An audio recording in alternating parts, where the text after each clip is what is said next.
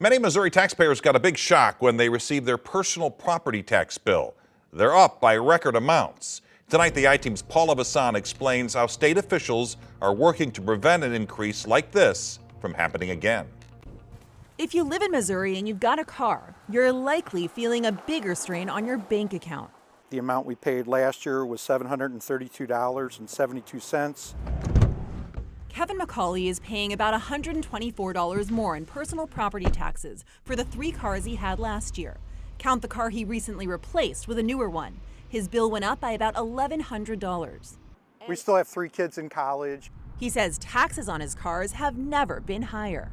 Cut back on Christmas, dining out, investing in our home. We've held off doing certain things. It's why Steve Hobbs with the Missouri Association of Counties says he's working with the governor and other lawmakers around the state.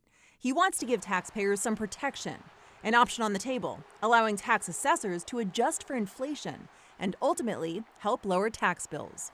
I think we need to give the folks that are doing this job a few more tools in their toolbox to look at that and say, look, we know this is an anomaly and it's going to go back down. Why should it spike up one year and drop the next?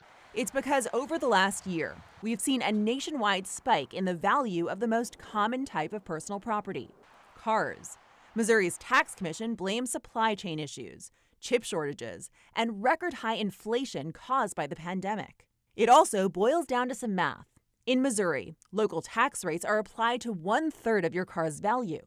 When the car's value goes up, your tax bill does too. So more of that car's value is taxable, which means those bills are going to increase a lot more as well. Janelle Fritz is with the Tax Foundation, a tax policy research group in Washington, D.C. Does there need to be a cap? So yes, anything that you can do in order to keep those bills from increasing as much would be a good idea. Some states are doing just that.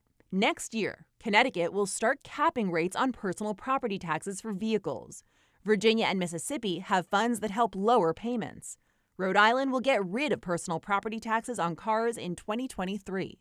Hobbs doesn't want to do away with personal property taxes. Looking at his own bill, his money is going to areas he cares about.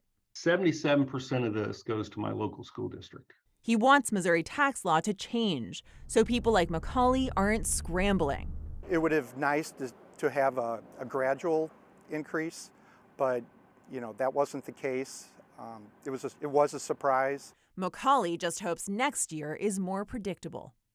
If you think your personal property assessment is wrong, you can appeal to the Missouri State Tax Commission. A spokesperson there tells me they handle up to 20,000 appeals every year.